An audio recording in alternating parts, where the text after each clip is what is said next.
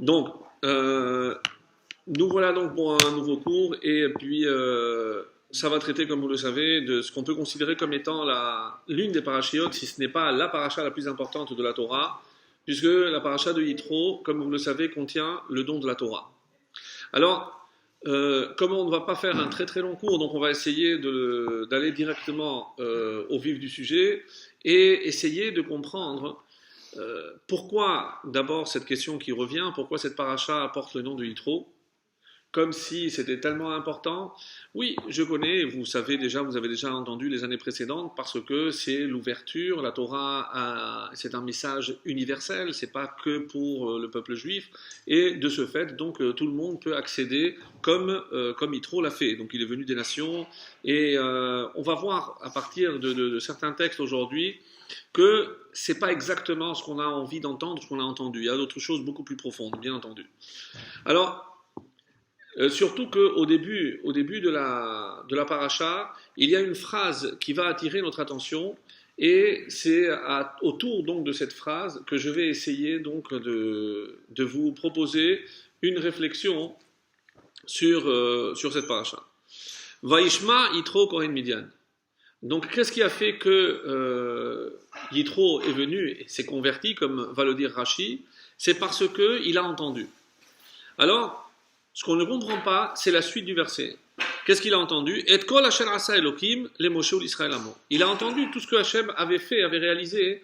Donc, à quoi ça vous fait penser? Évidemment, à tous les miracles. Tout le monde avait entendu parler, pas seulement de la sortie, de l'ouverture de la mer Rouge, mais il y avait les 10 plaies. Donc tout leur séjour, comment un après l'autre, donc les coups qui se sont abattus sur les Égyptiens. Alors c'est déjà en soi quelque chose de grandiose. Alors ce qu'on ne comprend pas, c'est une fois qu'on a lu ce premier verset, c'est ce que Rashi essaye de nous faire comprendre. En effet, Rashi dit « Mashemua shama uba ». Qu'est-ce qu'il a vraiment entendu? Mais le texte l'a dit, le verset l'a dit, il a entendu tout ce que Hachem avait fait. Alors, pourquoi Rashi pose cette question? Pourquoi Rashi pose cette question? Voilà, mais il y a tout. Et déjà la question de Rashi est incompréhensible, la réponse l'est encore moins. Parce que il donne une réponse et il nous dit Keriyat Yamsouf ou Milchemet Amalek. Il a entendu deux choses. D'abord, comment Rashi peut aller contre la Torah? Pourquoi? Parce que la Torah dit Kol, il avait tout entendu. Donc, et vient Rashi dit non, attention, il n'a pas tout entendu. Il a entendu que Kriyat Yamsouf, l'ouverture de la mer Rouge, et la guerre de Amalek. D'abord, on ne comprend pas, puisque c'est aux antipodes, puisque les deux s'opposent. On ne comprend pas très bien, on avait soulevé cette question pendant le Shabbat. Comment se fait-il que, alors que pour Kriyat Yamsouf, on a vu Hashem il lachem lachem ve'atem tacharishun. Donc le peuple juif n'avait rien fait. Et pour Amalek, c'est exactement l'inverse. Donc on a l'impression ici que ce sont deux événements contraires. Alors, je vais lire la Gemara, c'est dans Zvachim, et c'est rapporté donc par le Torah Tmima. Alors, voici ce qui est écrit. Mashemua shama uba venit gayer. Tiens, Rashi a omis un mot. Rashi n'a pas parlé de la conversion. Si on lit Rashi, Mashemua shama uba, point d'interrogation. Alors que dans la Gemara, il y a marqué venit gayer. Qu'est-ce que ça veut dire? Il est venu se convertir. Rabbi Yoshua Omer, Milchemet Amalek Shama. Première réponse de Rabbi Yoshua, il a entendu la guerre de Amalek. Sheharektiv Betzido, Vayachalosh Yoshua et Amalek, Ve'et Amo Lefi Charev. Alors, il y a première réponse qui est proposée donc par Rabbi Yoshua, c'est Milchemet Amalek. Et sur quoi il se base? C'est sur le principe qu'on appelle la smichut, la juxtaposition. Puisque, comment se termine la paracha de Béchalar? Par la guerre de Amalek. Donc, Vaishma Yitro. Donc, il y a évidemment une relation de cause à effet. Qu'est-ce qu'il a entendu? Eh bien, ça se rapporte évidemment à ce qui précède, c'est-à-dire la guerre de Amalek. Et c'est ce qu'il dit. Rabbi Elazar Hamodai Omer, deuxième réponse, Matan Torah Shama Uba.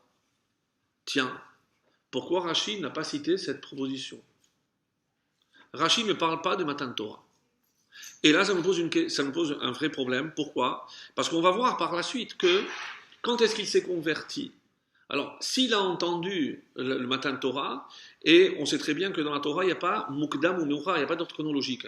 Est-ce qu'il est venu, il s'est converti, ou il s'est converti et après il y a l'épisode qui va suivre? Donc il y a une marloquette là-dessus. En tout cas, première opinion, il a entendu la guerre de Amalek. Deuxième, c'est Matan Torah. Ça colle pas forcément avec le texte. Pourquoi? Et kol asher asa, tout ce que Dieu a fait. Matan Torah, qu'est-ce qu'il a fait réellement? Donc ça colle pas forcément avec le texte. Bon, il y a évidemment, vous pensez bien que chacun a de très bonnes raisons. Pourquoi? Chez Nitna Torah le'amo Israël, haya kolo holech misof ha'olam ve'ad sofo. Parce que, comment il a... Et là, ça colle bien avec Vaishma, il a entendu. Parce qu'on dit que lorsqu'il y a eu le don de la Torah, il y a eu un son, une voix qui a traversé, qui est allé d'un bout à l'autre du monde. Donc, peu importe où il était, il a entendu. Ça colle très bien d'après Rabbi Elazar Amodai. Dernière proposition. Rabbi Eliezer ben Yaakov Omer, Kiryat Yamsouf Shama Uba. Qu'est-ce qu'il a entendu? C'est Kiryat Yamsouf. Shene Emar, Vahi kishmoa kol malchei ha'emori vegomer et asher hovish Hashem et me hayarden.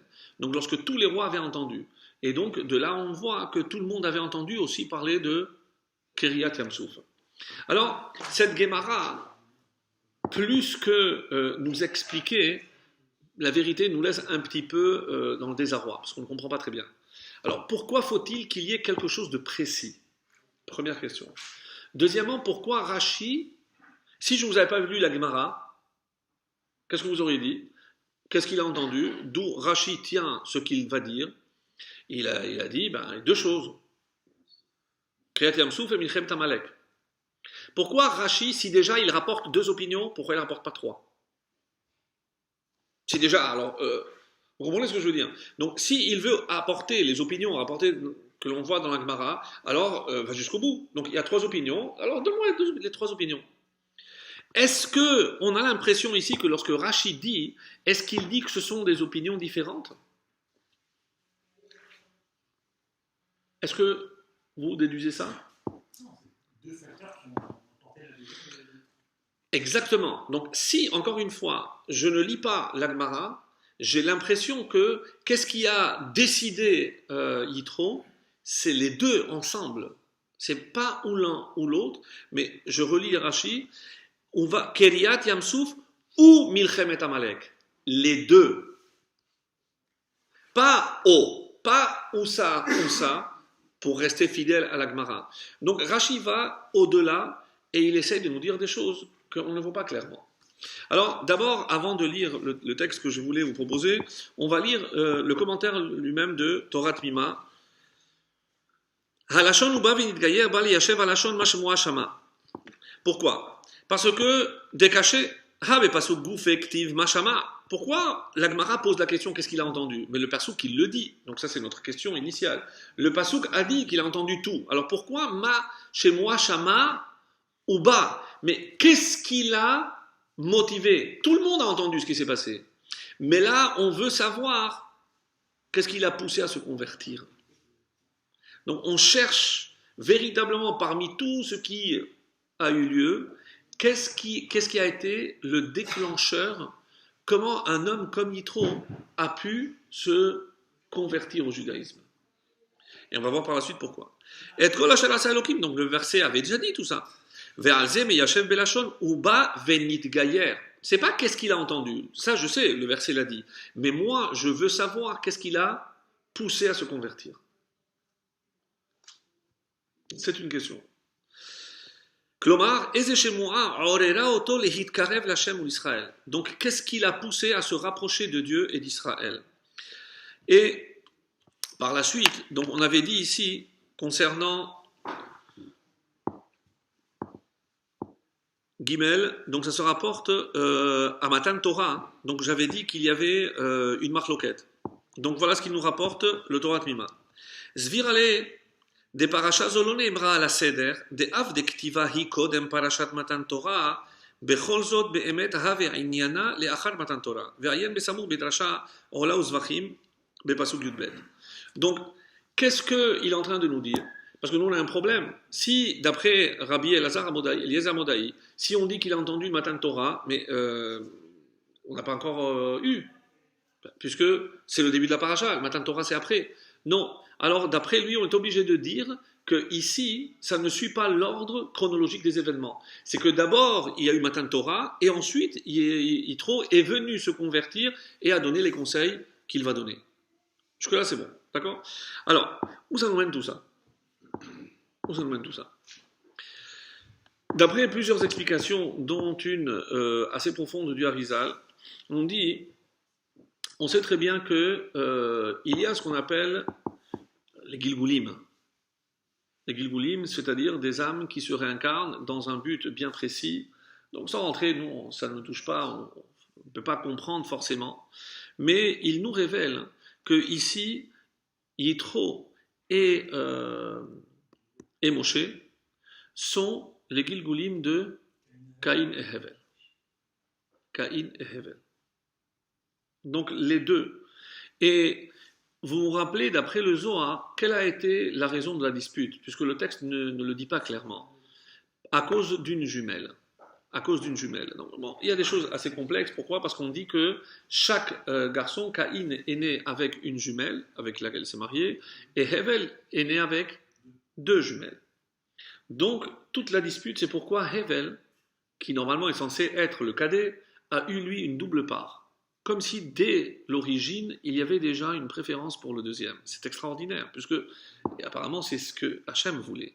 Créer donc ce pseudo-désordre pour, on le verra toujours, Moshe est passé avant Aaron, Ephraim avec Ménaché, Yaakov avec Esav, il y a Yitzhak avec Ishmaël. Donc c'est vraiment une histoire qui se répète.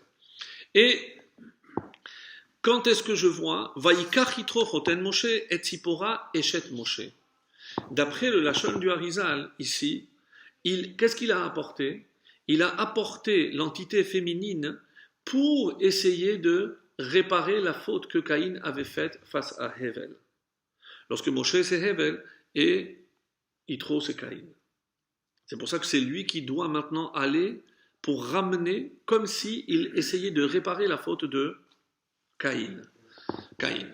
Et c'est la raison, d'après le Harizal, profonde, pourquoi cette paracha s'appelle Yitro. Parce que c'est celui qui a enfin permis de faire le tikkun, la réparation de la faute de Caïn. Et alors, la Torah ne pouvait être donnée tant que cette faute n'était pas réparée.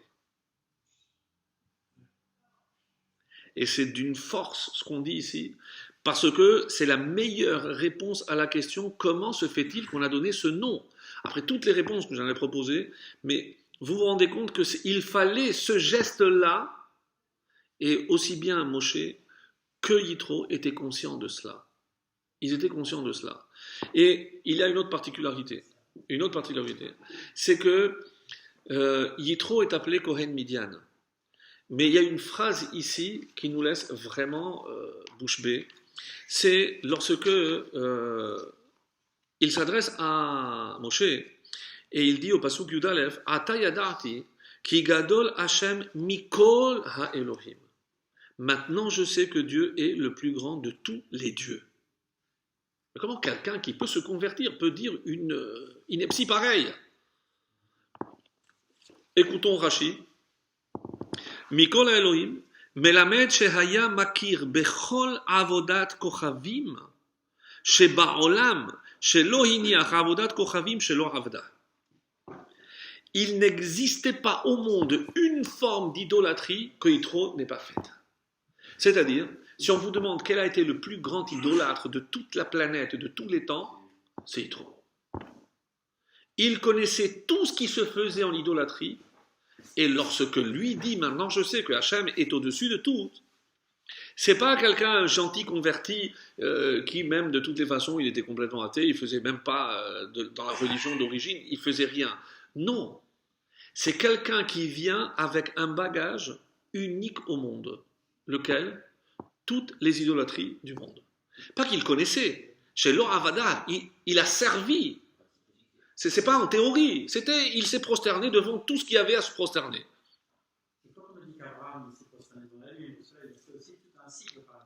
Mais il faut croire que Yitro l'a dépassé.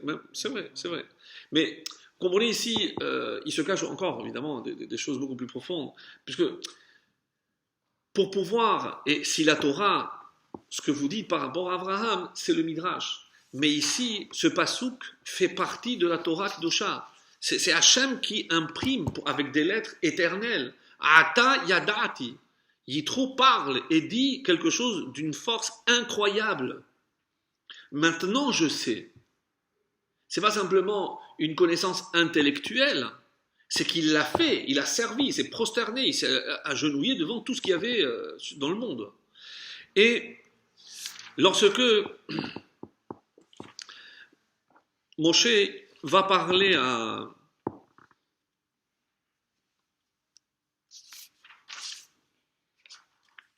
ויספר משה לחותנו את כל אשר עשה השם לפרעה ולמצרים. Qu'est-ce qu'il raconte, Moshe? Je lis le premier pasouk. וישמע יתרו את כל אשר עשה אלוקים למשה ולישראל. ויספר משה, qu'est-ce qu'il raconte Moshe? את כל אשר עשה השם לפרעה ולמצרים. Bon, un mot près. Qu'est-ce qu'il rapporte? Qu'est-ce que ça change? Est-ce que Moshe avait une autre version? Si déjà, ce qu'il a entendu a fait qu'il soit venu, qu'est-ce que Moshe rajoute? Ça justifie ce que dit Rachid. Ah. Parce que ce qui a fait venir Yitro, c'est pas Paro et l'Égypte. C'est en fait ce qui a été Israël. Bravo pour la nuance, mais on va écouter Rachid. Écoutez Rachid. Vaïsaper Moshe lechotno, limshoch et libo, lekarevo la Torah. Limshor et libo, qu'est-ce qu'il voulait attirer? Son cœur. Son cœur. Mes amis, ici, dans ce Rashi, se cache peut-être un des fondements. On avait parlé un petit peu, je crois, Shabbat dernier ou avant-dernier. Se cache un des fondements, c'est entre la démarche intellectuelle et la démarche émotionnelle. Qu'est-ce qu'il craignait, Moshe?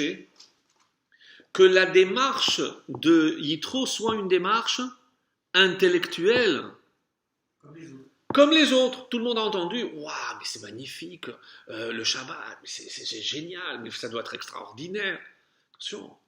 Limshochet libo. Qu'est-ce qu'il a essayé de tirer? Le cœur. Et pour nous, mes amis, le cœur, c'est quoi? C'est pas le siège de la pensée. Ça, c'est la pensée. De quoi avait peur Moshe? Je pense donc je suis. Attention. Yitro, c'est pas de chez nous ça. Hein. Ne fais pas fausse route. Ça, c'est pas de chez nous. Nous, et comment c'est marqué dans la Gemara, Rachamana, qu'est-ce qu'elle demande, la Torah? Qu'est-ce que Hachem demande? Liba, bae. C'est le cœur. Attention. Et le cœur, comme dans les téphilines, en face du cœur, qu'est-ce que ça exprime? C'est l'action. C'est l'action. Attention d'imaginer que le judaïsme est une philosophie, une pensée. Ça, on va laisser pour les judéo-chrétiens qui ont réduit effectivement à une forme de pensée. Mais attention, on ne veut pas de ça chez nous. Si c'est pour rester ou pour être un intellectuel, maintenant juif, c'est pas de chez nous. C'est pas ce qu'on recherche. On ne veut pas de ça. Limshor et libo pour le rapprocher à la Torah. Qu'est-ce que ça veut dire? Pour le rapprocher à la pratique. Parce que si je ne traduis pas par un acte ce que j'ai conçu intellectuellement, ça disparaîtra. En tout cas, ce n'est pas la Torah. C'est pas ce que la Torah demande. Et puisqu'on en parle, je vous demande, qu'est-ce que c'est la Torah? Non, c'est une question bête. Hein. Bon.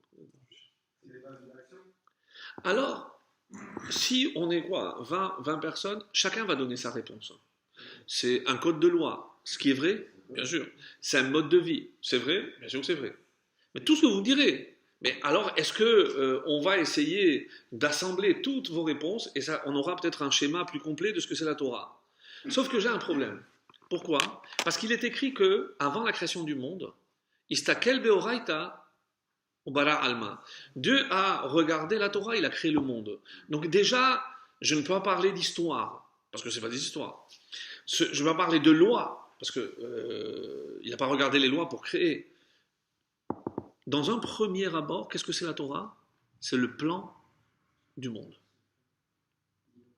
Ça, on n'aurait pas forcément dit une chose pareille. C'est le plan du monde. C'est-à-dire comment Dieu va créer le monde il a regardé la Torah pour créer le monde. La Torah contient le plan, l'ADN, c'est le gène à partir duquel Dieu va créer le monde. Très bien. C'est plus? C'est beaucoup plus que le plan. Après, on va voir, bien sûr. Donc, qu'est-ce que, si on doit définir à quelqu'un qui ne sait pas la Torah, bon, ce n'est pas forcément une religion. Parce que ce n'est pas qu'une religion. Ce n'est pas un mode de vie. Ce n'est pas qu'un mode de vie. Mais ça l'est aussi. Donc, je dois essayer de réfléchir. Et pour réfléchir, je vais, vous allez voir, essayer de faire un détour avant d'arriver à la réponse et surtout de celle de Rashi. Mais maintenant, je vous propose de lire, ça ne vous l'avez pas, une étude que le rabbi propose.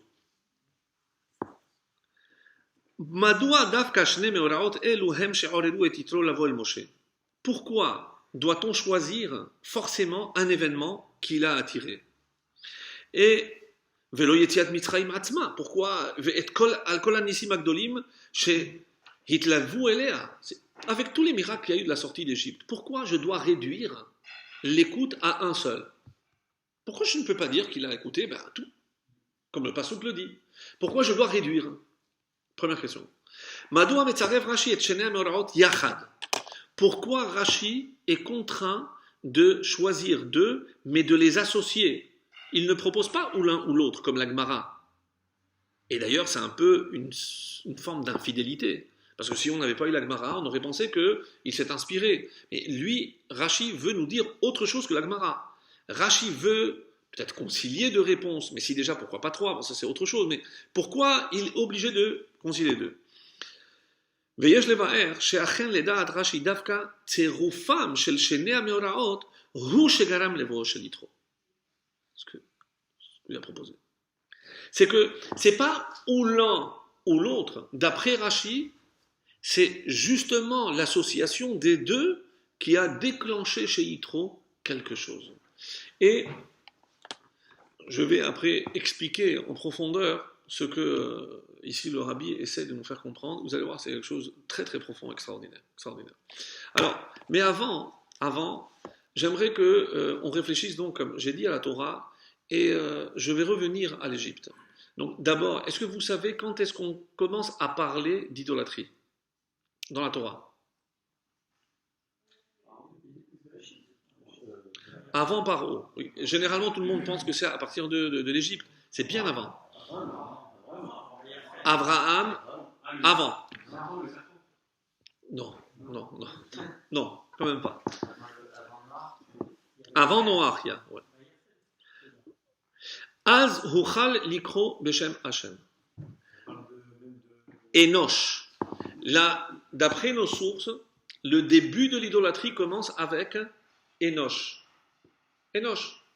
Et pourquoi? Parce que là, le texte dit, dans la Torah dit, Az huchal likro beshem Hashem. Alors on a commencé à appeler au nom de Dieu. Et vous regardez là-bas, tous les commentaires qui disent, et pourquoi la Kriyat Yam-Souf a été le tikkun? Parce que là-bas, on a commencé Az huchal. Huchal, c'est chol, profané. Parce que je peux traduire, on a commencé, mais huchal likro, on a commencé à profaner et on a commencé à appeler Dieu n'importe quoi. C'est, d'après nos sources, le début de l'idolâtrie. Et par quoi? Par Az. Donc pourquoi il fallait un tikkun? De la même façon que j'ai expliqué qu'il fallait le tikkun de Caïn, il fallait aussi le tikkun de l'idolâtrie. Qui a fait ce tikkun déjà? Le peuple. Az Yashir Moshe. C'est-à-dire qu'il fallait un Az, c'est comme ça que c'est rapporté, Az contre ce Az. Là, ils ont commencé à profaner le nom de Dieu, c'est la vraie idolâtrie, et là, il a été donné à ce peuple sortant d'Égypte l'immense privilège de Zekeli Venvehu, de contempler pratiquement la présence divine. Donc il fallait réparer cela aussi. Bien. Alors, vous avez parlé de l'Égypte. Quel était, sans aucun doute, d'après les Égyptiens, leur Dieu, leur divinité?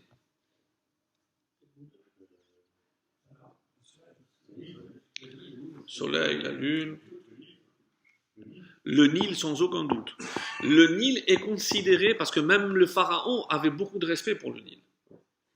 Même le pharaon, on voit qu'à Yosef, il n'a pas raconté l'histoire qu'il marchait dessus, il marchait sur le bord, donc on voit, il y a plein de détails qui montrent qu'il était...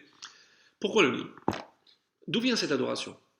Comment on peut adorer le Nil? Et je vous en supplie, n'allez surtout pas croire que les générations qui nous ont précédés étaient plus stupides que nous.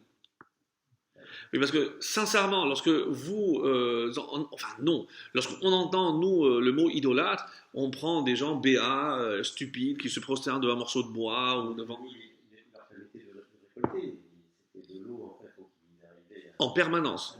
Vous avez entendu la réponse? C'est que comme le Nil était finalement pour eux la source de tout ce dont ils avaient besoin, puisqu'elle irriguait, grâce à ça, c'était l'économie, ils pouvaient manger, ils avaient tout par le Nil. Il disait l'Égypte Est un don. Oui, tout à fait. Donc, mes amis, pourquoi ils divinisent, ils vont arriver à diviniser le Nil? Parce que, pour eux, le Nil est la source de leur existence. Vous me suivez? Donc, si je demande, qu'est-ce que c'est l'idolâtrie? C'est rendre le culte à ce que je considère comme étant la source de mon existence, ce qui me permet à moi de vivre. Aujourd'hui, c'est la honte. Par exemple, et c'est pas tout à fait faux de le dire, parce que la crise a frappé qui en premier? Les États-Unis. C'est vrai qu'ils ont remplacé le mot argent par Dieu, parce qu'ils disent in God we trust, mais bon, on sait très bien quel est leur Dieu. C'est ça le paradoxe. C'est ça. Dollar Melech. Donc, comment on dit idolâtrie en hébreu? Avoda Zara. Comment vous traduisez le mot Avoda? Service. Comment j'appelle le service dans le temple? Avoda. Avoda. C'est le Seder à Kippour. Seder à Avoda.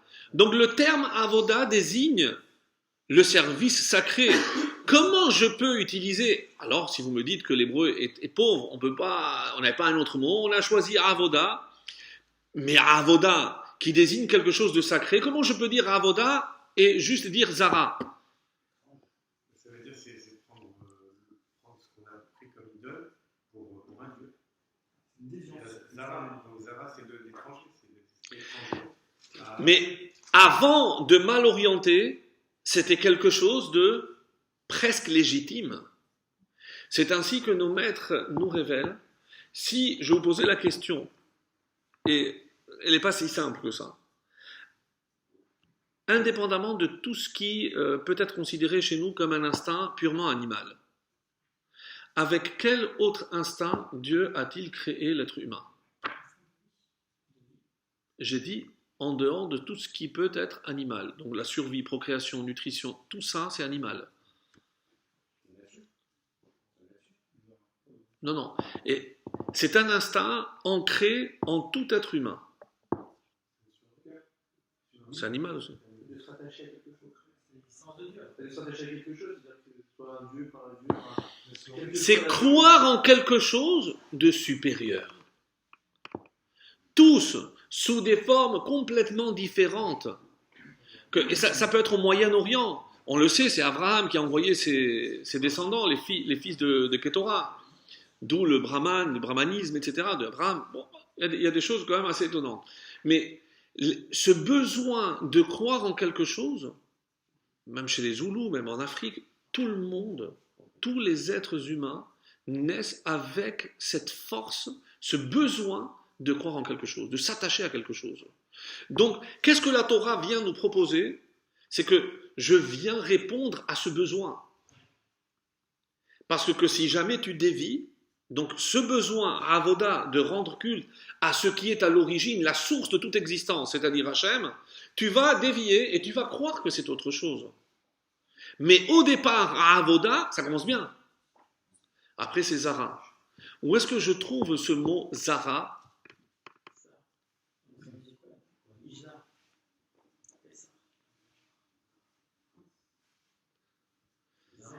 Nadav ve'avihu, qu'est-ce qui a marqué?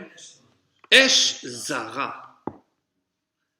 Et la Torah dit, qu'est-ce que c'est Zara? Asher lo tiva Asher. C'est-à-dire que peut-être qu'ils avaient raison, et ils avaient raison, c'est qu'ils devaient apporter un feu, ils n'ont pas attendu que Dieu le leur demande. Et ça a suffi pour traiter ce feu de Zara, étranger. Autrement dit, et nous on est avec ce besoin de croire en quelque chose, de s'attacher. Donc tous les hommes ont ce besoin-là. Donc n'allez surtout pas imaginer, je vous en supplie, que l'idolâtrie, et c'est pour ça qu'aujourd'hui, comme disait si bien monsieur, c'est vrai que personne, au fond, peut se dire athée. Lorsqu'on dit athée comme l'autre, moi, grâce à Dieu, je suis athée, mais c'est pour ne pas pour ne pas s'attacher, parce que, évidemment, c'est les implications qui sont complexes. Alors, je m'attache à autre chose. Ça peut être mon intelligence. C'est-à-dire, aujourd'hui, à quoi la majeure partie des humains accordent ou vont attribuer leur succès, leur réussite dans la vie? Effort, intelligence, études, diplôme. Et où est la place de Dieu? Où est la place de Dieu? C'est sa place secondaire. Je m'excuse. Non. Si c'était aussi clair, et maintenant je ne parlerai que de nos coreligionnaires, comment se fait-il qu'il y a encore parmi tant de nos coreligionnaires des gens qui ne respectent pas le Shabbat? Et ne me dites pas, ah, ça n'a rien à voir. Ça a tout à voir. Ça a tout à voir. Parce que, commerçants ou autres, parce qu'ils pensent que s'ils ne travaillent pas, ils ne vont pas gagner. Je pose la question.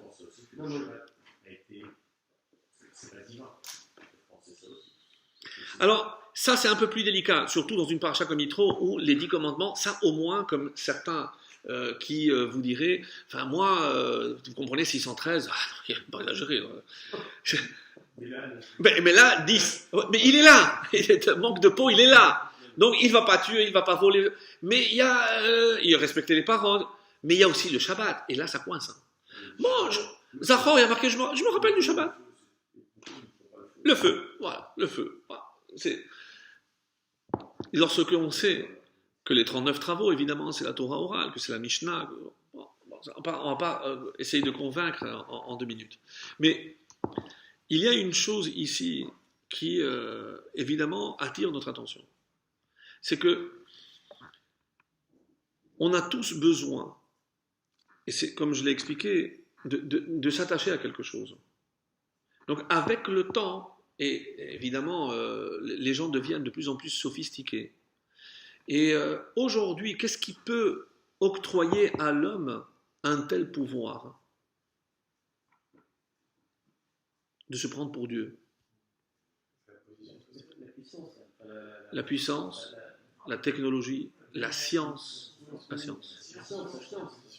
Lorsque aujourd'hui on voit par exemple les avancées dans un domaine comme la médecine, j'ai presque envie de dire au bon Dieu, on n'a plus besoin de toi, hein, on se débrouille très seul, on se débrouille très bien tout seul.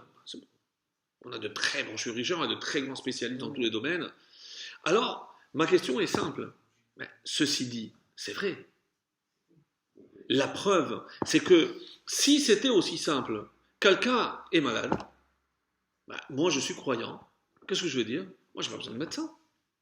C'est Hachem qui m'envoie la maladie, c'est Hachem qui va aussi m'envoyer la guérison. Donc attends, je prie, qu'Hachem me guérisse. Alors, on arrive à la réponse de Rashi. C'est pour ça qu'on avance. Qu'est-ce que Rashi dit? Qu'est-ce qu'il a entendu, Yitro?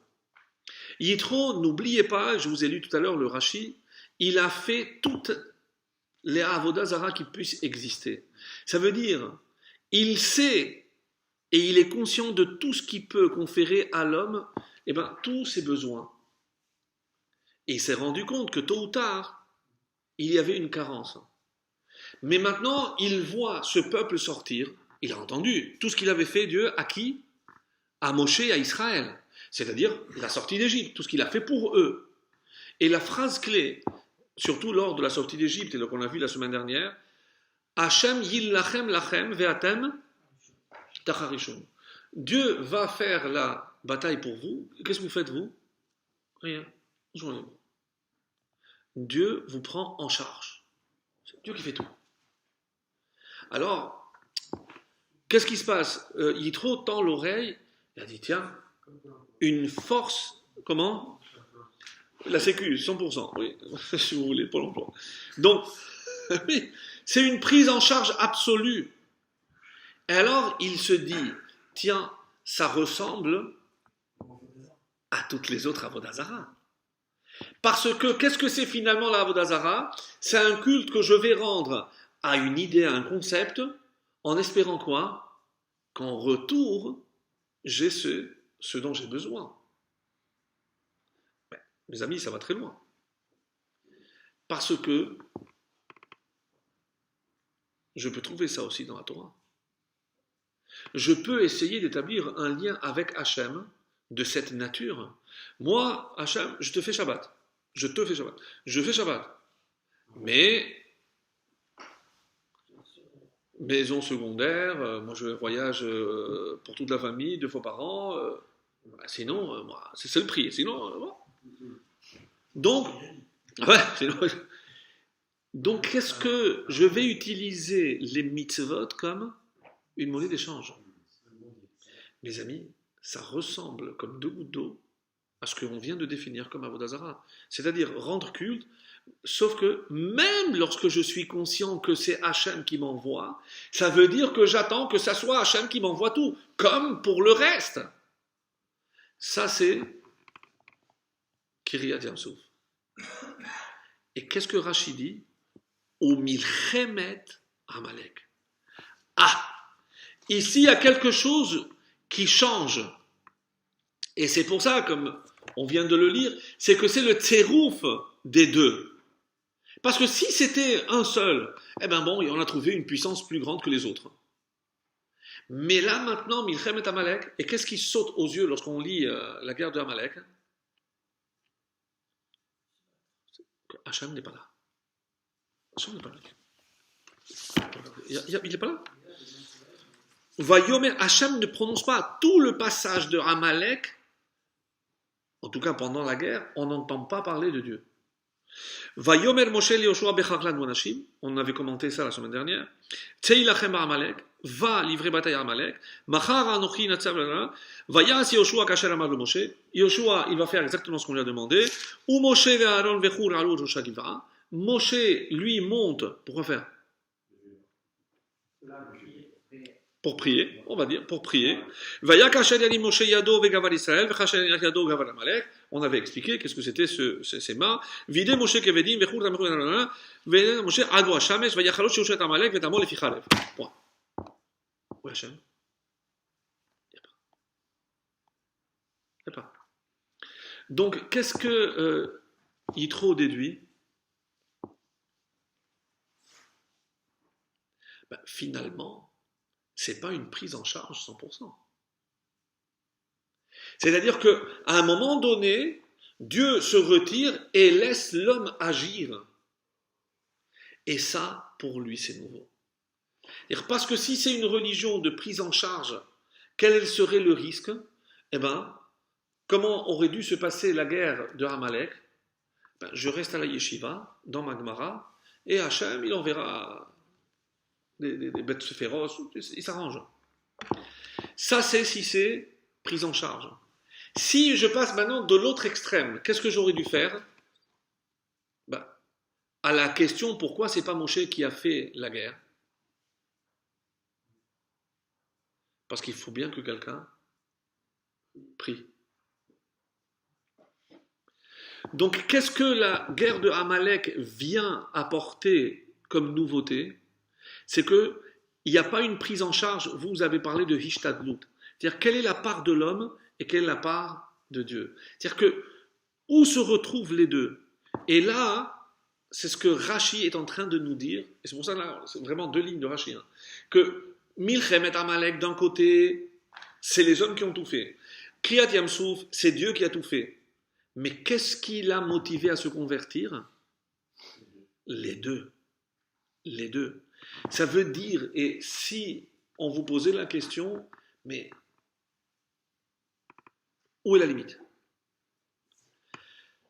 Celui qui prie, il prie Yudke Vavke Hashem. Celui qui est sur terre et qui doit se battre, c'est Elohim. Et qu'est-ce que la Torah dira, et qu'on dit d'ailleurs dans Allez-nous les Shabéa, mais on passe vite parce que c'est la fin, Veyadata ve'Hashemota levavecha ki Hashem ou Elohim. Comment on termine Kippour? Hashem ou Elohim. Il n'y a pas deux entités. Tu ne peux pas dire moi je suis que Hashem ou moi je suis qu'Elohim. On ne peut pas dire il y a ou les soldats ou les religieux. Exactement. Mais qu'est-ce qu'il faut? D'où je le vois. Qu'est-ce que Moshe dit à Yoshua? Bechar lanu. Mais lui, il ne va pas se battre. Qu'est-ce qu'il vient? Il dit, va nous choisir des hommes. Mais Moshe, de quoi tu parles? Toi, tu vas monter, tu vas prier. Pourquoi il dit choisis-nous? Parce qu'on est ensemble. Exactement. Exactement. Et c'est ce qui a plu tellement à Yitro, et c'est ce qui finalement a fait que Yitro est venu se convertir. On va aller encore un peu plus loin. Il est dit dans le prophète, Imlo beriti yomam valaila chukot shamayim va'aretz lo samti. Si je traduis, Imlo beriti yomam valaila. Si ce n'était mon alliance jour et nuit, alors, déjà, qu'est-ce que c'est l'alliance et qu'est-ce que c'est une alliance jour et nuit? Yomam valaila, où on retrouve ça? Vehagitabo yomam valaila, c'est la Torah. De quelle alliance on parle ici? C'est la Torah. Si ce n'était l'alliance contractée avec le peuple juif au Sinaï, que quoi? Yomam valaila, que jour et nuit, jamais elle sera abandonnée la Torah. Chukot shamayim va'aretz lo samti. Je n'aurais pas imposé des règles au ciel et à la terre. C'est quoi le ciel et la terre? Le monde. Le ciel, c'est tous les astres et les constellations qui sont régis par des règles, bien entendu. Et sur terre, toutes les règles que nous connaissons sur terre. Alors, s'il n'y avait pas la Torah, que deviendrait le ciel et la terre? Tobo. D'où je le sais, depuis la création du monde. Qu'est-ce qui est écrit? Vahi ere vahi boker yom hashishi. Que dit le Midrash? Pourquoi il y a marqué hashishi alors qu'il y a marqué sheni, shelishi, hashishi, le sixième? Il y a un sixième jour particulier. Et on le sait, c'est le 6 Sivan. C'est le jour où le peuple juif acceptera la Torah. Donc, et en attendant, pourquoi on mentionne ça depuis le sixième jour? Parce que Dieu a mis une clause suspensive au monde. Vous, le monde, vous tiendrez, tout ce que j'ai créé continuera d'exister jusqu'au ce sixième jour.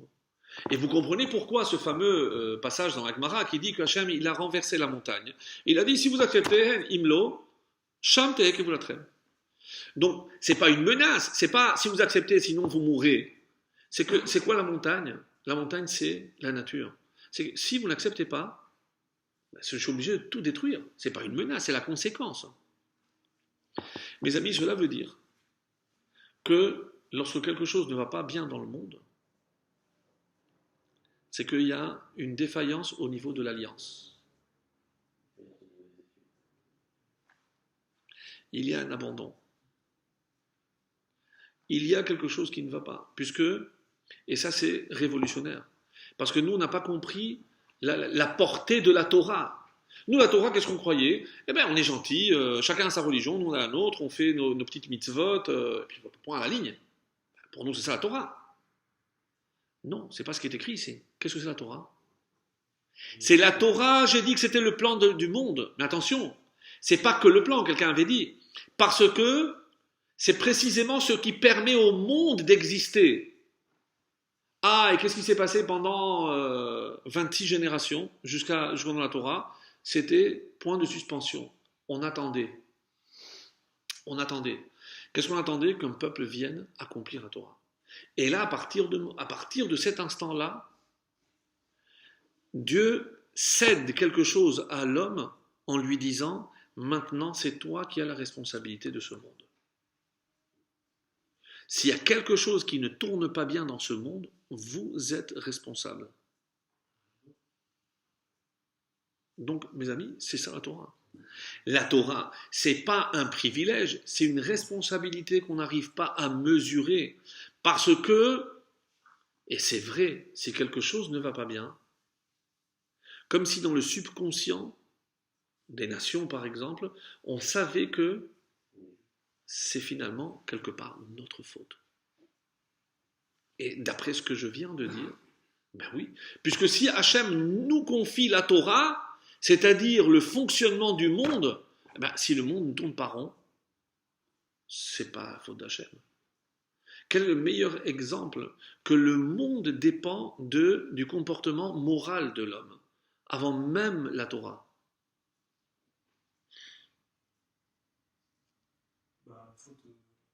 La terre a été maudite parce qu'on a...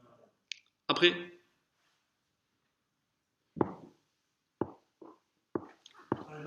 le Maboul, c'est une évidence.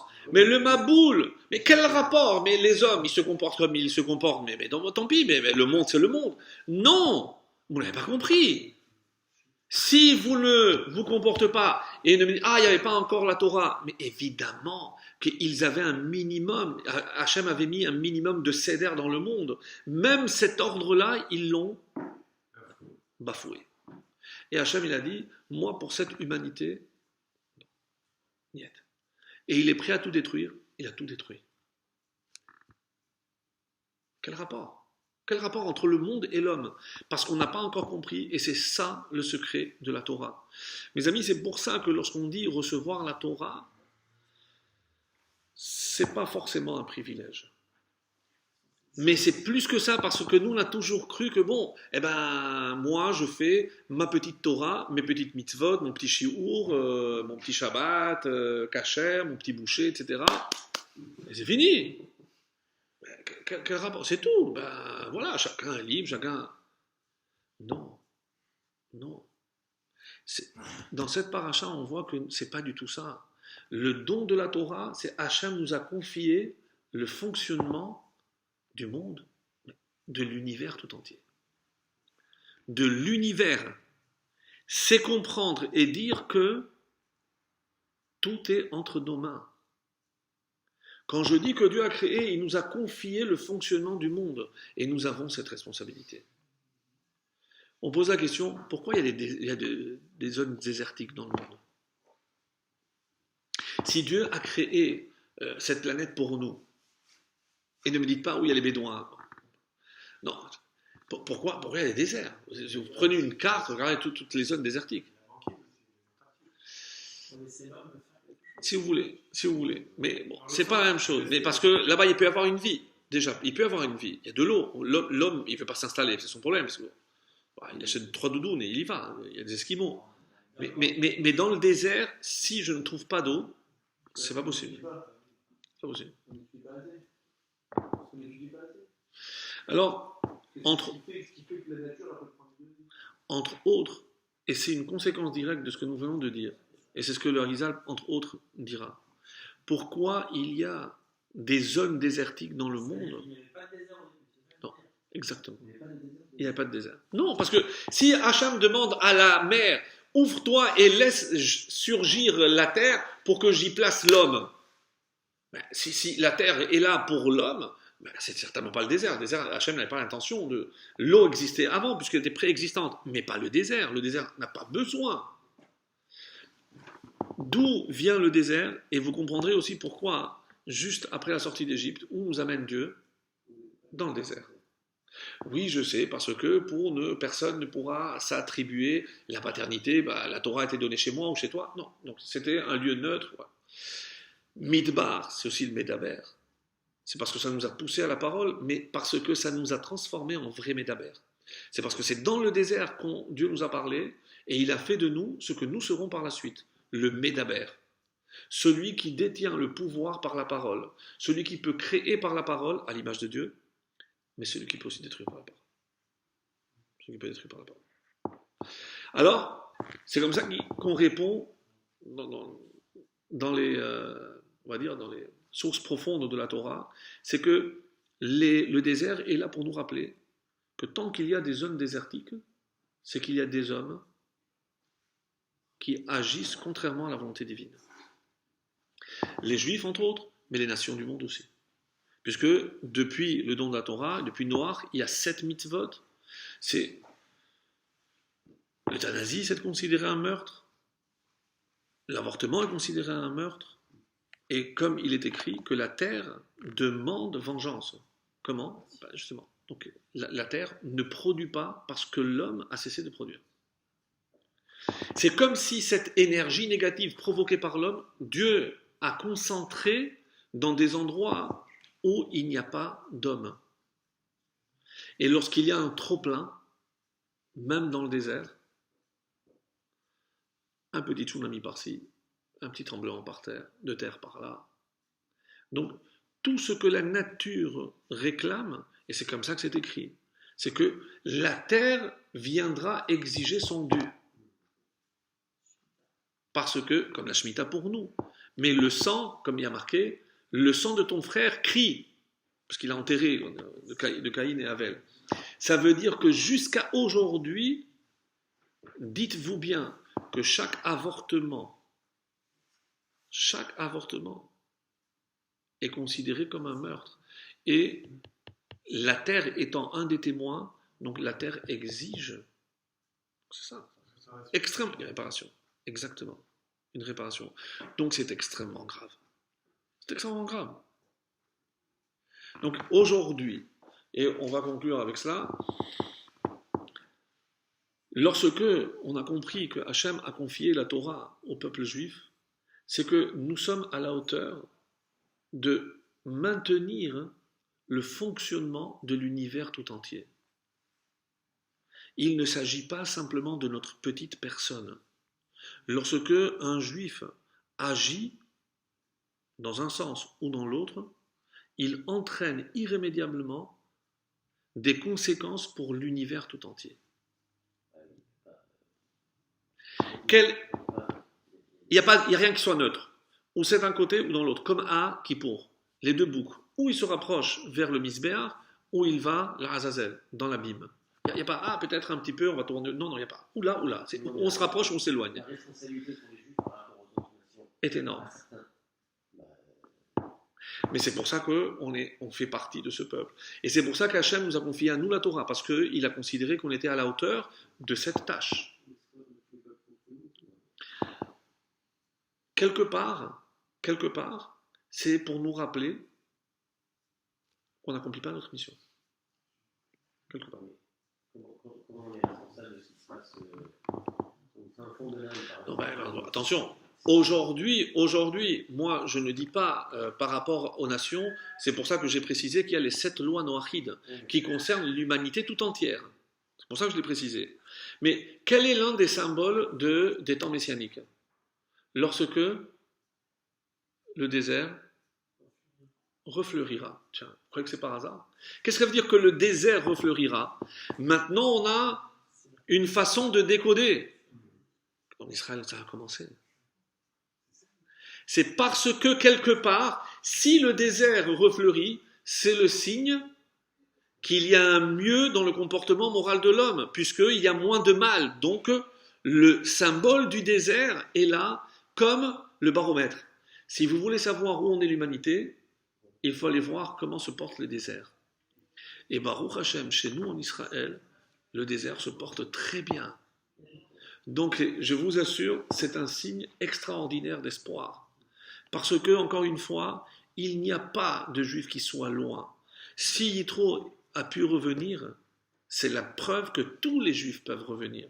Parce que la différence de Yitro, chaque juif naît avec... Ouais, bien sûr. Parce qu'il naît avec la Torah en lui. Quelqu'un m'a posé la question, mais qu'est-ce qu'on peut dire à un juif qui est loin? Je dis une chose, écoute-toi. Parce que s'il s'écoutait, appelez ça la conscience, appelez ça subconscient, appelez ce que vous voulez. Mais le programme est enregistré à l'intérieur de chaque juif. Et des fois, il suffit juste d'allumer l'étincelle. Donc, Be'ezat Hashem, qu'on voit cette étincelle se rallumer, tous les déserts refleurir avec Biat HaMashiach Tzidkenu. Amen, Ken Yeh Ratzon.